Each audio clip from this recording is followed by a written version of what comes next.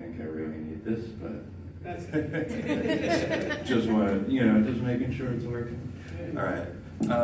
Thank you all for coming. My name is Gabriel Cleveland. I'm the Executive Director and Managing Editor for CavanKerry Press. We are a nonprofit, in fact, the largest nonprofit press for poetry in the state of New Jersey.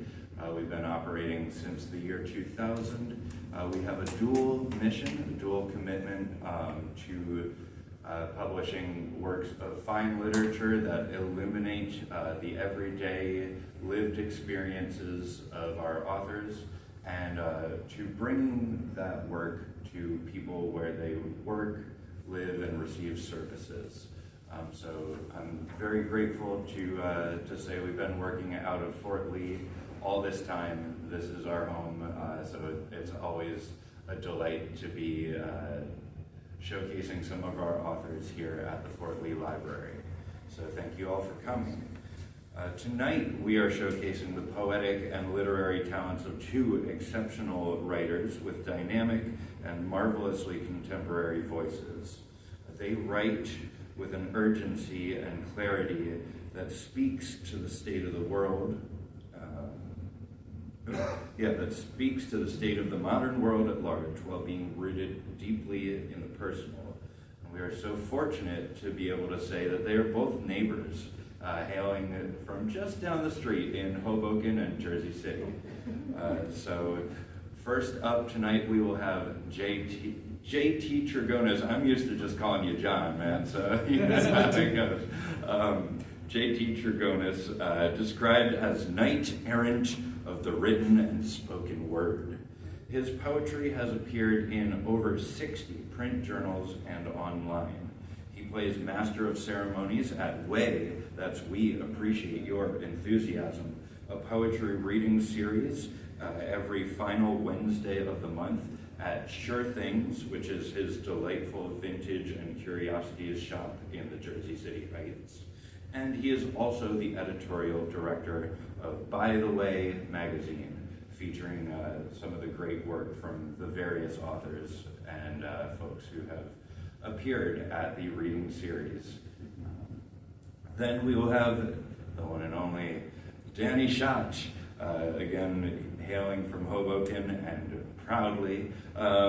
Last year, 2025, was a busy year for Danny Shot, with 2 books published, a collection of poems, The Jersey Slide, which he put out with CavanKerry Press, and you can see, pick up your copy if you'd like in the back. I should also mention we've got a book from J.T. Trigonis back there as well, so definitely check that out. But yeah, back to Danny's bio.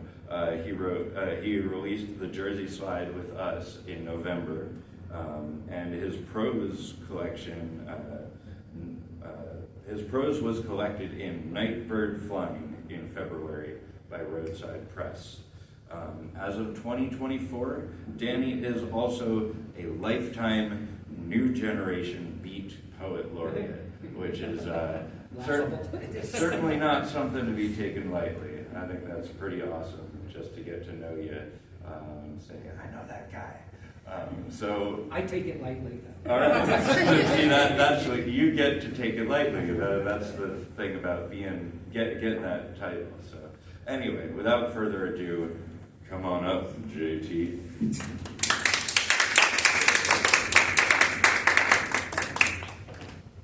Strange being on the stage. How's everybody doing? Great. Good. Nice. Thank you for that that cool intro. I gotta get you to intro other things. That was awesome. All right. Yeah, I'm gonna try to entertain you a little bit with some work. A few pieces are going to come from my latest book called Through the Wreckage.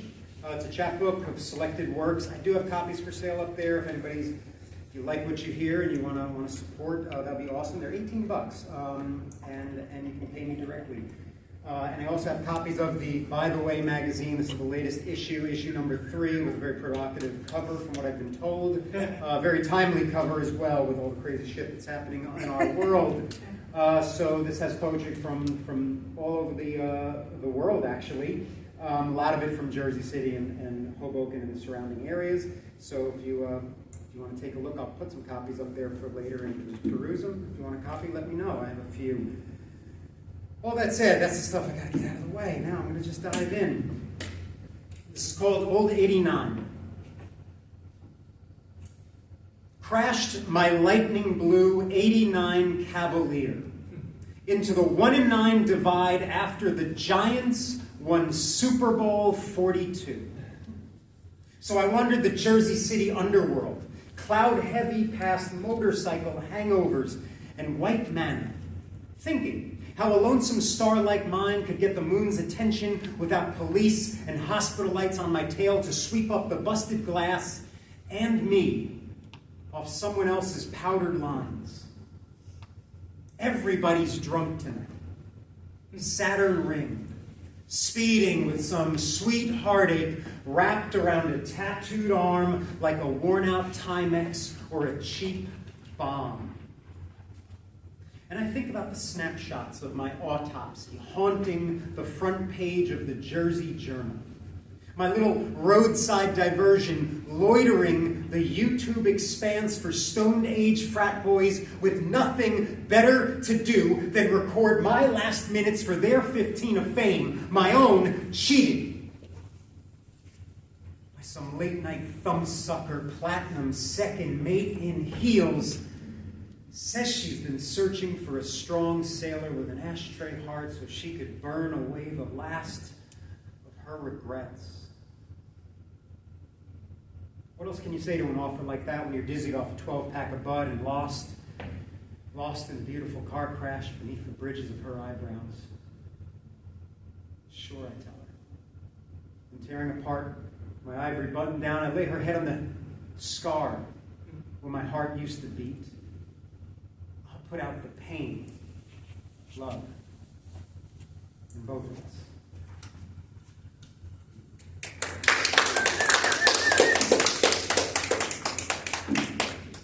That's a little side note. This was almost called Old 89 and Other Bangers because I've gotten that poem published so many times. I don't think I'm supposed to, but I got it so many times published. And I was sending the book out and I wasn't getting any bites. I think I might have submitted it to CavanKerry with that title. I don't know, but then I changed the title and I sent it out and it was like, oh yeah, all right, through the records. That sounds cool. They were probably like, who's this guy who thinks he's got bangers and shit? We never heard of you. I write a lot about cars and broken hearts. At least I did. So I'm going to give you another couple of pieces here, and then I'm going to dive into some more pressing issues. This one's called Emerge, another car poem, but not really a car poem. And it goes like this.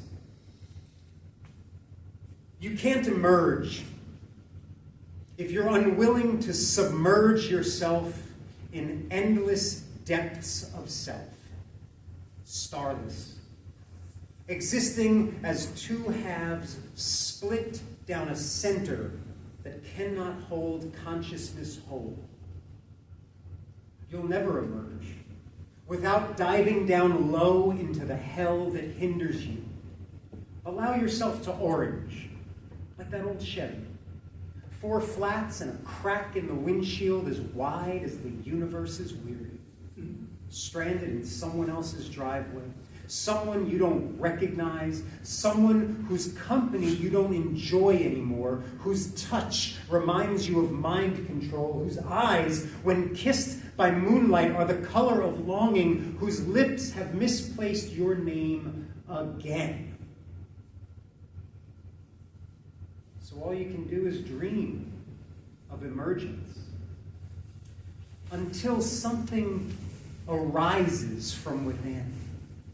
Hot wires that fireless engine rides off onto the parkway on wheels and breath that time had all but forgot.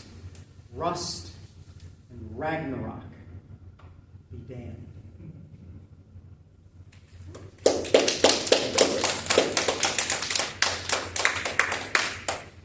I'm going to read one more from the book.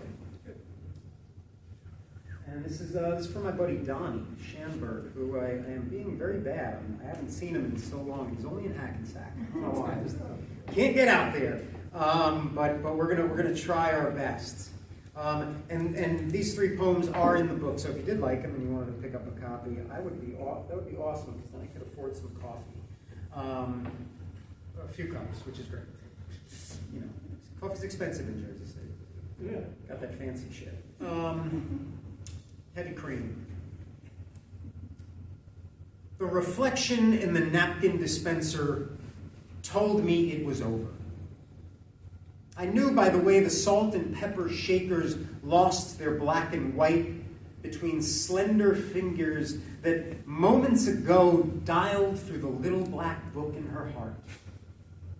Coffee, I whispered to the waitress, her pen poised for further friction, ballpoint to pad, like the friction between 2 bodies pumping, drained of fuel beneath AC and HBO in slow yet out of touch.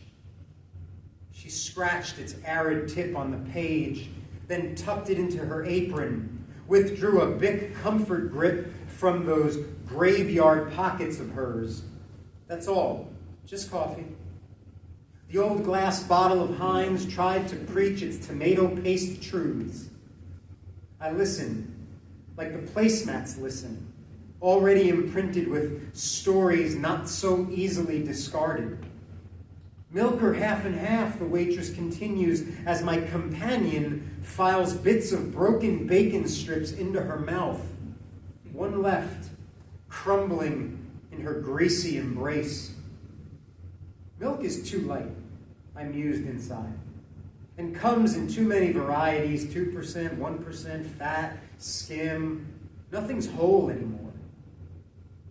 And what's the point of half and half when your heart's as heavy as maple syrup, leaden like the Cupid-tipped anchor that keeps us docked and dining, keeps me passing through the revolving door to sit and sip away the midnight ghosts of yet another after love affair morning.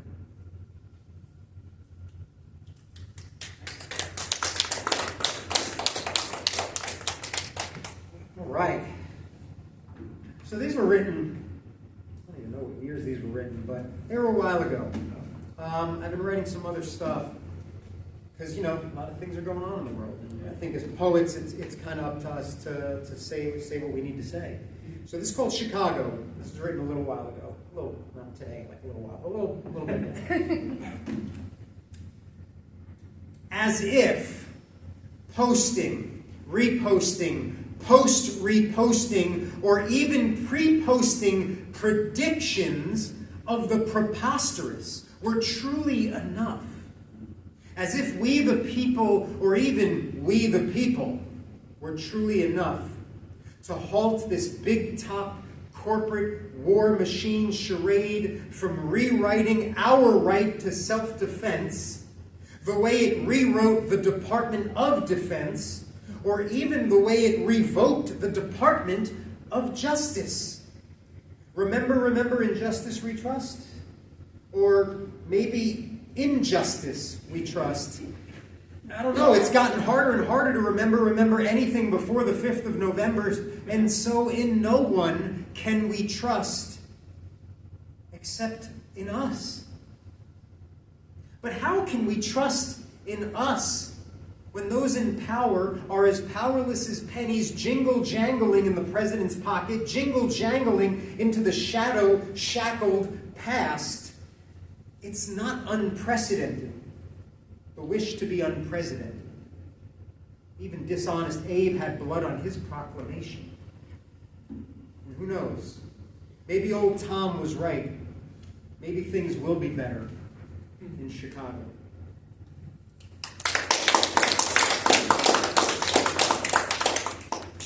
It's called Bodies. I think you'll get the gist of it. Stepping over dead bodies is no way to get to work. No way to sunny side your eggs in an overturned world. No way to grind our empathy into your favorite coffee mug. All those blurred lines between the living and once alive, like you. We sing about letting bodies hit the floor, but no one ever sings about the cleanup, like me. We wonder more about how to scrub the soles of our sneakers clean of the horror of the blood. Think less about how tomorrow the mounds we have to climb will be even higher. No. Stepping over dead bodies is no way to live.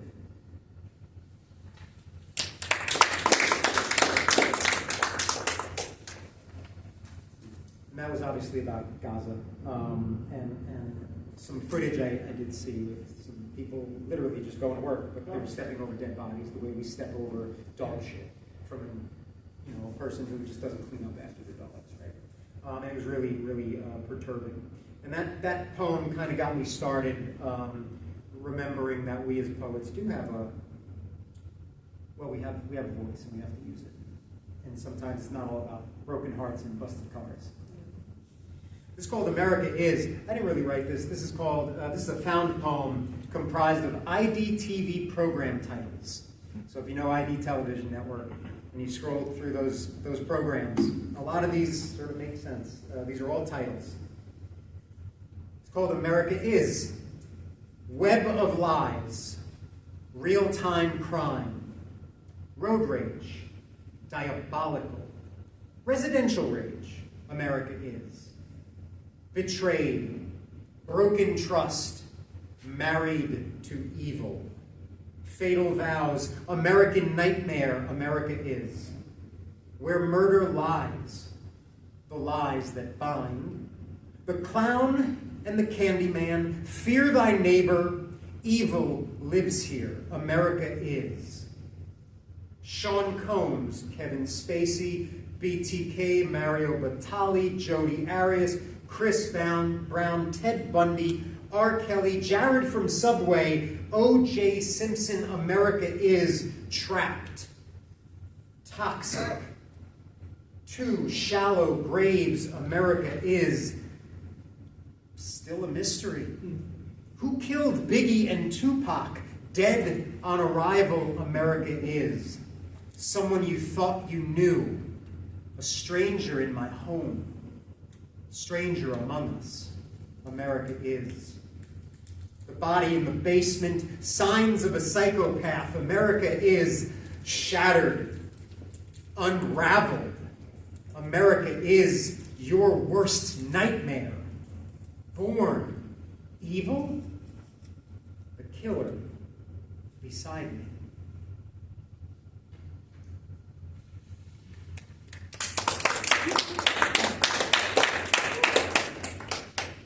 Poeta non grata. This was written, I tell people it's about AI. It sort of is, but the reason I wrote it was because of a poet laureate that, nobody in this room, luckily, but a poet laureate that I'm like, really? This is the best we can do? And but nobody knows that. I keep that quiet, so let's scratch that from the record books. But this is called Poeta non grata. It starts with a little epigram from Raptor, which is the first AI that had ever written a novel in 1987, I believe. And it says, reflections are images of tarnished aspirations. Nepotism is alive and well, and it's living in, well, you know where. Wherever man meets desire, it meets they, from the tallest spires of High Castle to the slum drums of human consciousness. Speak less on warrants for one's arrest, more about scratchbackers, shoehorn-shaped like naughty Nellies, snatching adept wordsmiths' boot heels so the inept might take stands in suits armored with severed, stitch-black tongues. We're woven wound round a breaking wheel, cogs in the social machines, war machines, these softening machines, wearing out our 13th hour welcome for dead channel perfection. But can they fine art poems? Remove mass market tumors from the scraplets of our thoughts? According to ancient astronaut theorists, yes, they can. Turns out, we're not all that difficult to piece together. People, poetry, pixels. Not since the days of Racter has a half-constructed beard been sufficient a blueprint to complete us as we complete them, 1, 0, 1 at a time.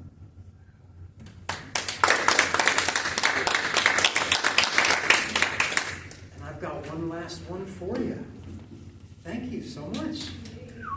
Thank you. Thank you. You're welcome. This is called Babylon 2.0, a daily doom report at my shop, Sure Things, in Jersey City Heights. If you're ever there, please visit. Well, I always said I have this guy, but now I have to say I used to have him come in. He didn't die. I don't know if he died. He just disappeared. And that scares me even fucking more because he just disappeared. But he used to come in every day, and he used to give me a doom report. That's all I'm going to say. Because this is it. This is literally truth, because poets speak truth. Thank you for listening. Babylon 2.0, a daily doom report. He tells us that the world is going to end. And I'm inclined to believe him. Says the aliens are due on Maple Street on Friday. It doesn't matter which Friday. It's always Friday. He claims there's a war between the white hat and the black hat hackers, and that it's made everything digital. And again, I'm compelled to believe him. This stubbly-chinned harbinger of daily dread with a broken-down jalopy English. Maybe a doom report a day just might keep them fascists away, right? Because I think we're supposed to do something, aren't we? But then, that's why my friend, he calls me my friend, says the aliens are coming, because we aren't doing anything. Not that the petty dealings of this mostly harmless planet matter anything in the grand scheme of the universe, but still. He says that the big blackout is going to happen soon, and that my partner and I should be ready for the chaos. He says we should get ourselves a flashlight. That time, he even gave us a date. And for the first time ever, he included himself in the prophecy. We all gonna die, he concluded, turned, then stepped out of our little shop and into the fallout to come. I kept thinking about the flashlight. I couldn't tell if he meant it literally or figuratively, like how Diogenes shone a light in the face of every person he met in his futile quest to find an honest man. So I went to the hardware store, got the most industrial strength flashlight our funds could afford. My friend, I call him my friend now. He assures us it's more better this way. Yeah, I'm inclined to believe him. Now, more than ever before.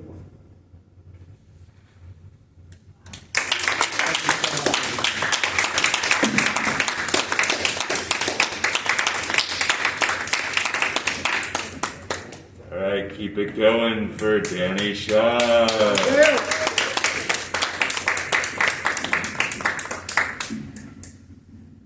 It's always a pleasure reading with John T. Trigonis. I'm really happy to be here. In my bio, it said, Gabe said, I'm from Hoboken, and I've lived in Hoboken a long time, but I'm really from Dumont. That's where I grew up. And if you don't know, Dumont's that way, about 10 miles, right? And I'm going to follow John's lead and read you poems about cars and heartbreak, and then some political shit. So let's start with cars. This is from my first book on CavanKerry called Works. The poem's called Cars. New Yorkers will never understand the power derived from driving a new car home. In my case, a new used car. This time a 2013 Hyundai Sonata, midnight blue, whose speedometer climbs to 160 miles per hour, and a rousing number, perhaps beyond my reach.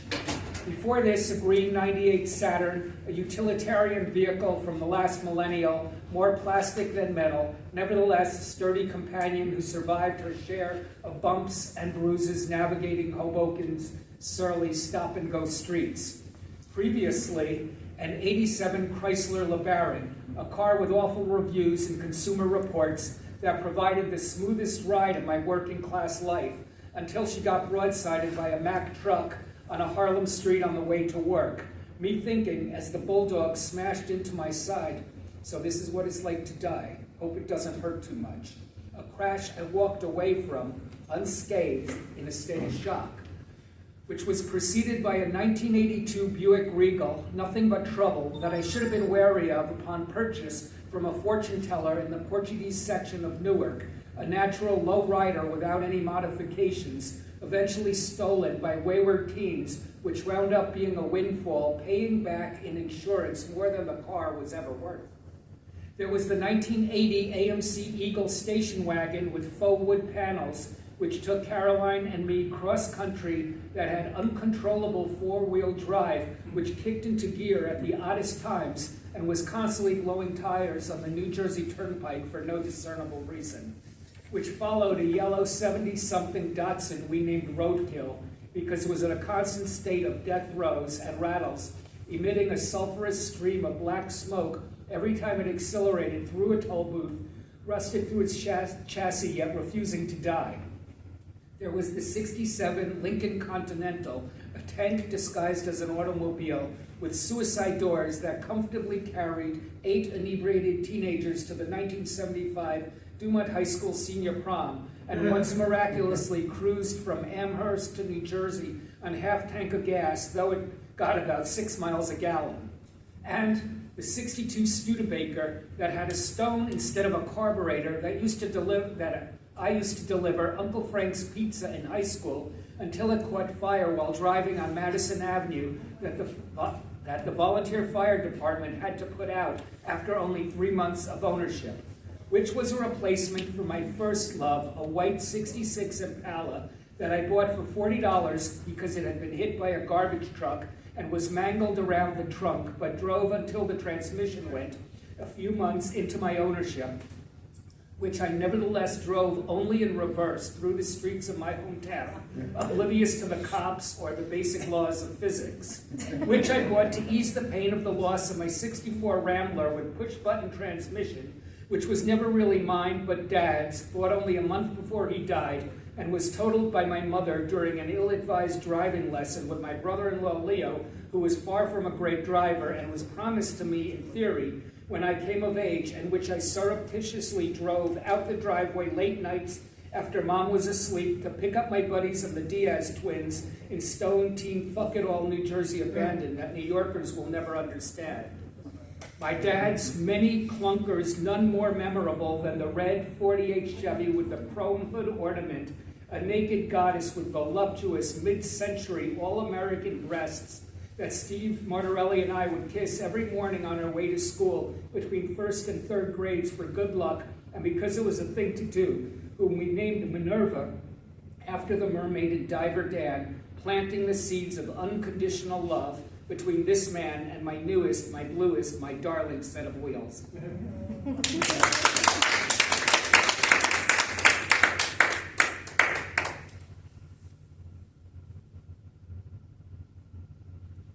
I'm going to read a poem I rarely read in public. It's just a lot.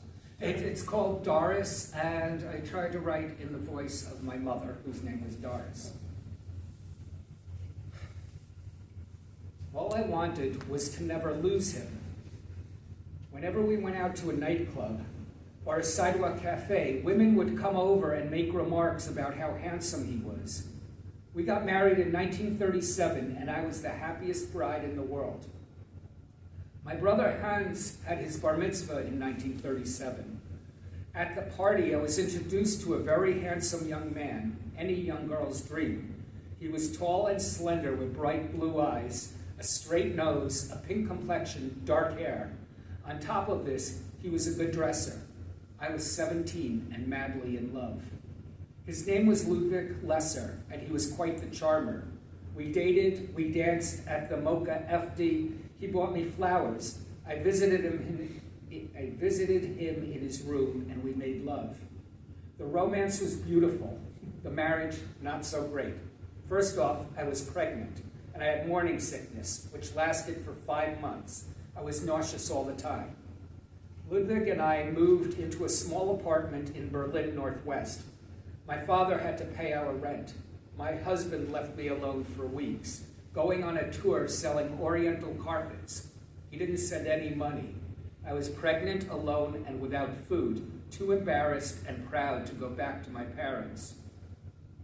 Our furniture was taken away because he did not pay support for his other 2 children. Yes, he had 2 girlfriends, and each one had a child by him, yet I still loved him. We were married for 8 months. The divorce was September 7th, 1937. The divorce left a wound, and I never trusted men again. The ones I pick are often the gangster type, or the straying type, or the selfish type, but not the decent type of man. Who knows? Maybe men are just that way. Ludwig had a very persuasive lawyer, and I had one who stuttered. I was left with nothing, just a couple of Oriental carpets and a soon-to-be-born son.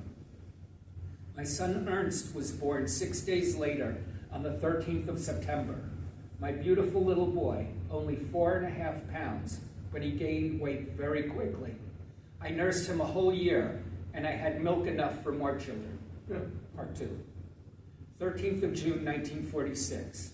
Dear Sir, I ask your help on getting information on the following matter. While reading the German Jewish newspaper, the Aufbau, I saw a list with names of Jewish children who were saved. In August 1939, I left my little son, Ernst Lesser, born 13th of September 1937, with my parents in Berlin. In 1943, my mother, father, and boy were sent east. I don't know where. I haven't heard from my people again. Do you maybe have his name on your list? Is there any way to find out if my child is alive? He would be 9 years old now. Please let me know if you can find my boy. I appreciate your help and maybe some answers. My brother Johnny, who was an interpreter for General Patton, says everything is lost. My American husband says I need to move on. Thank you for your help. Doris. 3. My parents always emphasized that we were German Jewish and our family had deep roots in Germany. We weren't even that. Our ancestors came from Poland and Galicia by Ukraine. My parents only a generation removed from the shtetl. The one who objected to this hypocrisy was my grandmother, Leah, who thought the posturing ridiculous. She was an Orthodox woman whose faith in God never faltered. Maybe not even after she was deported to Theresienstadt. I wouldn't know. When I was forced to attend Christian religious lessons, my grandmother came to our apartment and protested. No Jewish granddaughter or grandson of hers, daughter of a rabbi from Lvov, which the Germans call Lemberg, and everyone pronounces differently. The Christian lessons were discontinued for Hans and me. I will be forever grateful. Other than my father and Hans and me, nobody liked her. Everybody else thought she was an old, bitter, bitchy woman. In 1935, my parents decided to take me out of school. Boarding school was their decision. I spent my whole 15th year in Lucerne, learning French and getting fat on chocolates. During evenings, the sun turned the mountain peaks into white and golden domes. I was homesick. I missed the hustle and bustle of Berlin. The school year over, I went home to my family. To hell with the mountains. 4. My parents bought me a camera for my 18th birthday. That's why there's so many photographs. My father loved taking pictures. I barely got to touch it. Here's one of Ernst and me at the Tiergarten, the zoo. We lived right near it. He just learned to walk, which is why it looks like he's on a leash. In this one, he's wearing a little outfit. It must be for a party, maybe his 4th birthday. They sent me pictures every month until they stopped.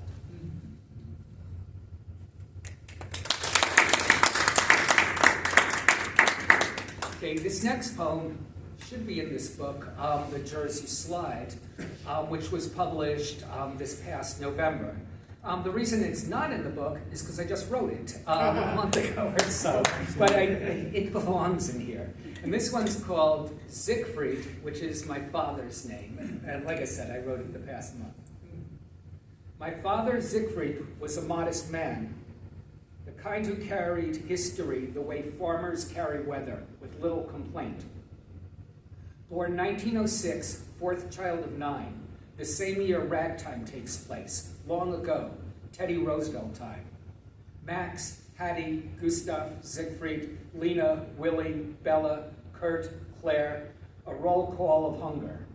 The barren farm outside Frankfurt, so close the city claimed it like a distant relative who never came to visit. In 1914, Gustav drowned in a lake. Dad told it to me with the calm voice of someone who had already buried the shame. The children were secretly happy, one less mouth to feed. At the funeral, the Jewish community brought food, a table so full it startled them. Bread, meat, potatoes on dinner plates. Dad said that was the first time he realized they were Jews. A year later, his father went to war for the Kaiser in Belgium. A farm full of children, starvation hovering in the doorway. Then his father returned, not alone. 4 French prisoners walked behind him. Strange harvest. He took them from the POW barracks and brought them to the farm. Work for food. That's how my father told it. In 1917, Siegfried and Max were pulled from school, 11 and 13 years old, each given a rifle. If the prisoners run, shoot. 2 boys guarding 4 men who probably had sons their age. The farm thrived that year. War has its own economy. In 1918, the French soldiers were released back into the war-ravaged world.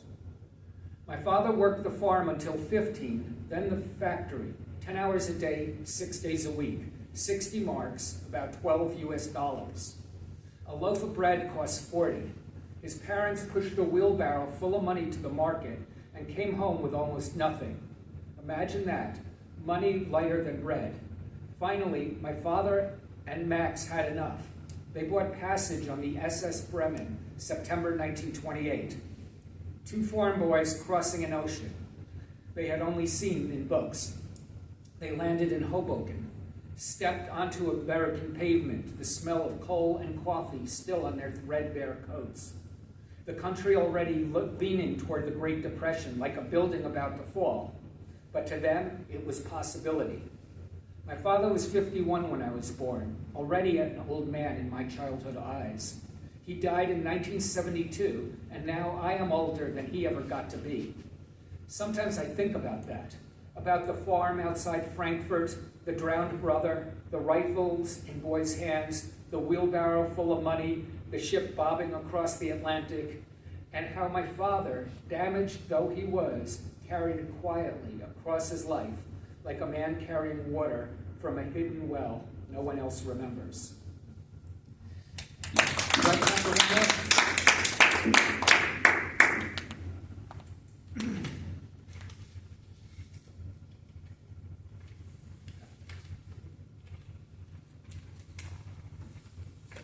Okay, this one. Shrug shoulders. He lies to the camera with the confidence of a man who's never been told no. They know he's lying, we know he's lying, he knows he's lying. We shrug our shoulders once again and move on. Her voice polished like the golden cross emblazoned on her chest, the perfect spokeswoman gurgling up a fantasy and unrelated to any semblance of reality. We make jokes about them, The way people joke about a dim-witted cousin or a leak in the roof. Haha, very funny. Until that cousin gets a gun, until the ceiling caves in. Everyone knows. The bartender, the soccer mom, the bus driver, small town mayor, factory worker, barista, landscaper, guidance counselor, your neighbors, we all know. Knowing is easy here. Doing is hard. So we shrug, make jokes, pretend in the cracks in the wall are part of the decor, and truly do let the light shine in. The streetlights buzz their nervous hum in this haunted place we live, in this country that we let happen. We smile, we nod, hands in pockets, walking perpetual streets of shrugged shoulders, waiting for someone else to throw the first punch. Thank you.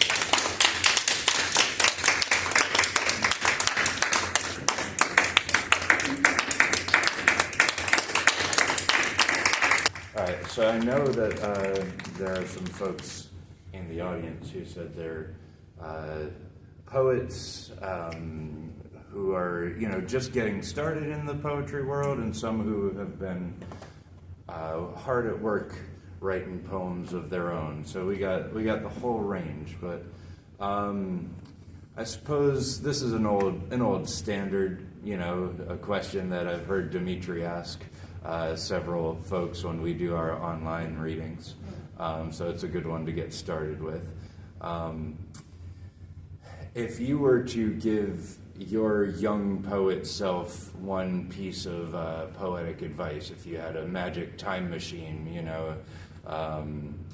what would you tell young Danny Shot or young JT Trigonis in terms of anything related to your craft, to your poetry? I can answer this very easily because tomorrow night there's a celebration of Allen Ginsberg's 100 years. It's his centennial. And I'm part of the program at St. Mark's. And I'm sort of going to talk a little bit about this because when I was 19 years old, I met him. And I handed him this poem that I wrote called America 76. It was in 1976. I was 19. And it was god-awful. It was like a mishmash of teen angst, political diatribe, fake street wisdom, and plagiarized Kiss lyrics. And I handed it to Allen Ginsberg, and he said, well, the way I see it, the problem with this is, when I was young and stupid, and I said, Allen, my address is on there. Read this poem when you can pay attention to it, and then you can write me. And sure enough, 10 days later, he wrote me a postcard, and it said, no, I don't have it. I am America. Actually, I think I might have it with me. Can I read you the postcard? Mm-hmm. Is that okay? Yeah. I think I might have it with me because I was on the radio the other day talking about this. Yeah, is it okay? Yeah. So this is what he wrote. Dear Dan Shot, it occurs to me that I am America. See, by that touch, I avoided the dumb, single-minded trap you fell into once. I realized I was talking to myself, not an outside boogeyman. That took a mind jump. You got to take that happy, imaginative mind jump out of your resentment into panoramic humor. Of course you do that double humor mixed with deep heart and generosity in the poem you sent me. It's built into the style and situation of the poem. Another thing you gotta remember is that each line should have some haiku or double joke or image or mind sound or poetry in it, not be just flat prose. Even the original doesn't do this. You can, and try to do better than the original. Why not? Remember, it's the mutual playfulness, innate intelligence called forth, not just resentment and complaint, but the happy mind, wildly funny. Good luck, and keep sharp and honest. Yours, Allen Ginsberg. So in answer to that question, that's what I would say. All right. All right. So top that. David, Danny, why don't you go first? Damn. Oh, that's, Jesus. Did I play the fifth on this one? I don't know. I never actually thought this question, but like, I think there was a time when I was trying to be a poet that I wasn't, and you know, and there was a time when I was in grad school, I was like writing like Allen Ginsberg for sure, and then when somebody said like, oh, that reminds me of Allen Ginsberg, I knew enough at least to be like, okay, I shouldn't do that anymore. I got it. I figured out how to sound like another poet, or sound like Blake, or sound like someone else. But I didn't realize back then that I still wasn't figuring out what I wanted to sound like.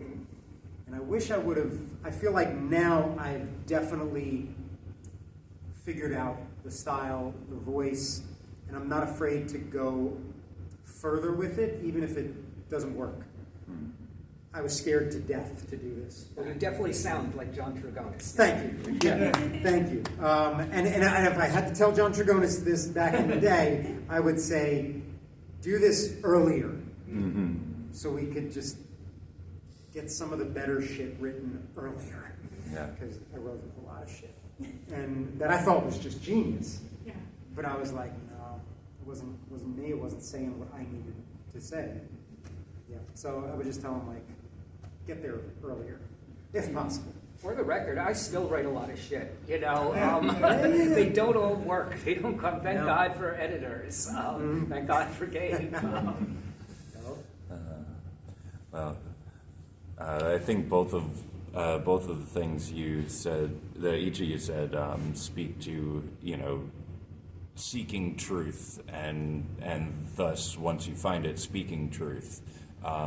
You know, as you both said as well, when you were reading your poems, that is the job of the poet, especially these days. Always has been, but especially now when everyone is distorting truth so magnificently, and I don't mean that in the positive.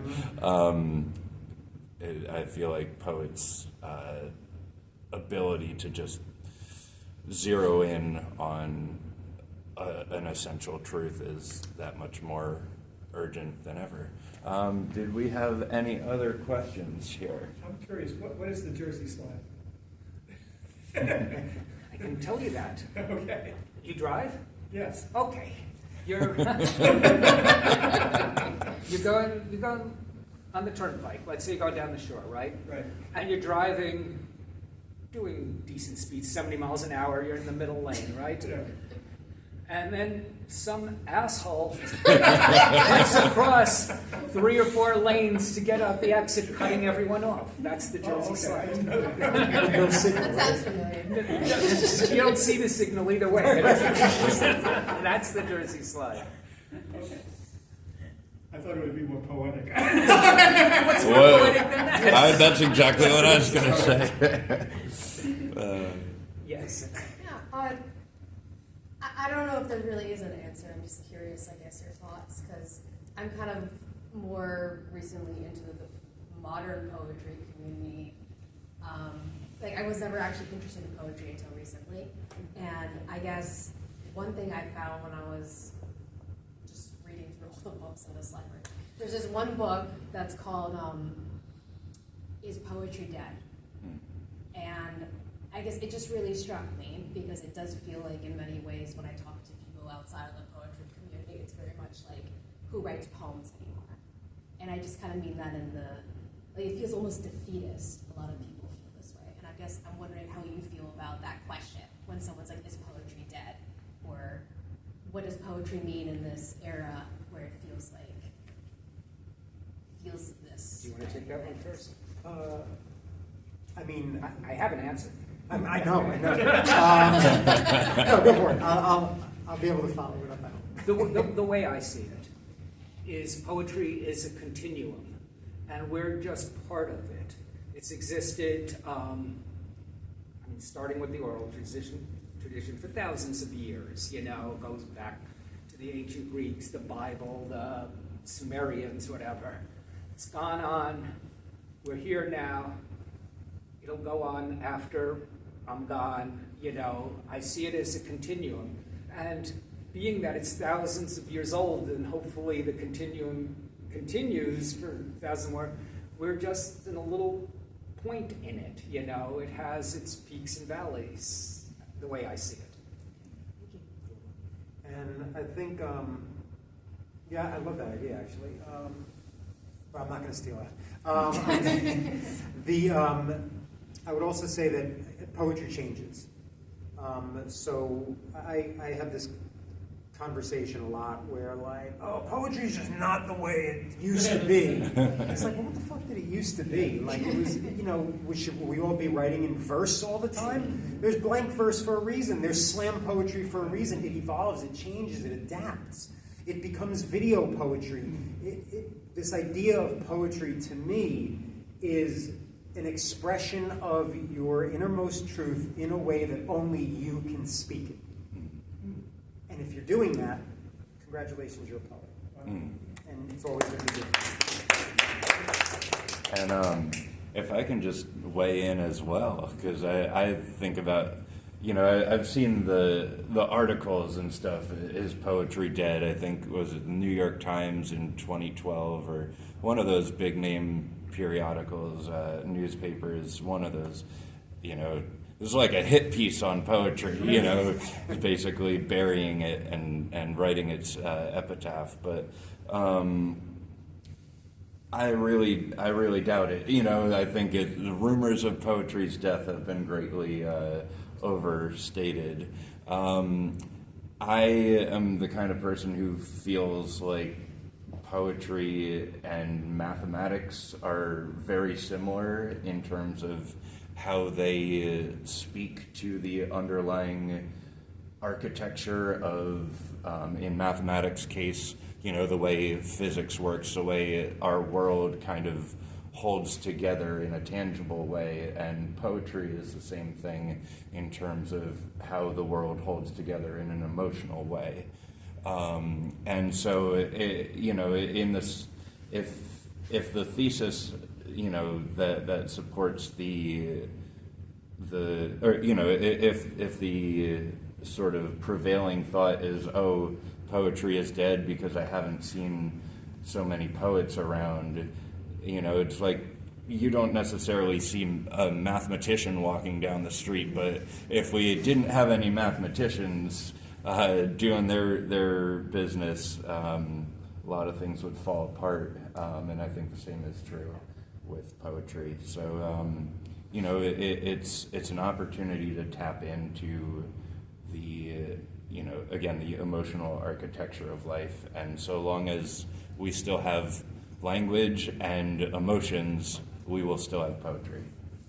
Yeah, so we've got about 20 years yet. Yeah.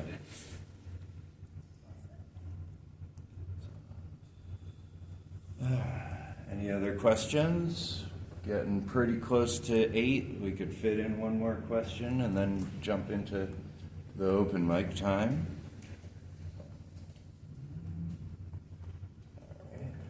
Well, I would like to know what's next for JT Trigonis and what's next for Dan Shot. More of the same for me. I mean, this is what I do. What's next? Yeah, I'd like to get another chapbook published. I'd like to get more publishing, and I'd like to one day go back to writing about, you know, happy things like broken hearts and broken cars. There you go. But we'll see. The times are changing. Electric cars now. Yeah, electric cars. Oh, don't even get me started on that. Everybody thinks they're saving the fucking planet. No. Sorry.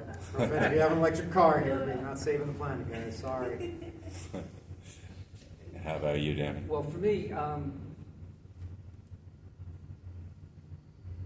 really happy with the Jersey Slide, but as is the nature of these things, these books were written between when Works was published in 2018 and I'd say 2024, but I like all the poems in the Jersey Slide. I highly recommend it. But the world changed in 2025, and so did my focus. So I have a new manuscript called Like Falling Rain, which comes from a Bertolt Brecht quote, which is, when evil comes this way like falling rain, nobody has the gut, and I'm paraphrasing, nobody has the guts to cry stop. And so it's a combination of personal and political poems, and we'll see what happens with that.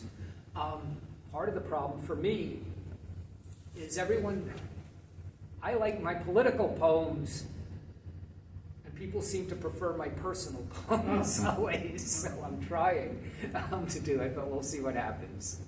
Well, go get them is what I say. Sorry. Yeah. When See, did that's you my publisher saying, go get them.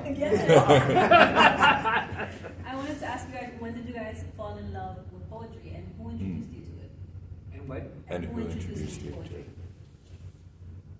I got a really cheesy response, but I got a broken heart when I was 13 years old, and I was crying, and I sat down, and I wrote my feelings out, and then I read it back to myself, and I felt good, and I was like, wow, this is a cool poem, and the fact that it didn't rhyme, and it was short, and I still called it a poem, I felt like, wow, this is something. Why did I call it a poem? Because I should have had the idea that like poems have to rhyme and structure, but I didn't. And then I got into I had some folks visit my high school from NYU, and of course, being the student I was, not paying attention to what they were teaching, one of them came over and saw that I was writing a poem, and they took it and they read it, and they said, like, this is actually pretty decent. You should be a poet. And I was like, you can do that? And then I started, taking it a little more serious as a 16-year-old can take it. And then I started reading poets like Charles Baudelaire, William Blake at a young age, and I just kind of fell in love with language at that point, and the rest is this. I was a child who grew up in the 1960s, so I always pictured myself lead singer with hair like Gabriel in a band. But in terms of poetry with a capital P, I think, we studied it in high school and stuff, but I think it was Allen Ginsberg's Howl, actually, which I read during my freshman year of college. It just spoke to me in that it was so different than anything I knew as poetry. So I think that was it. All right. Well, thank you both. Thank you.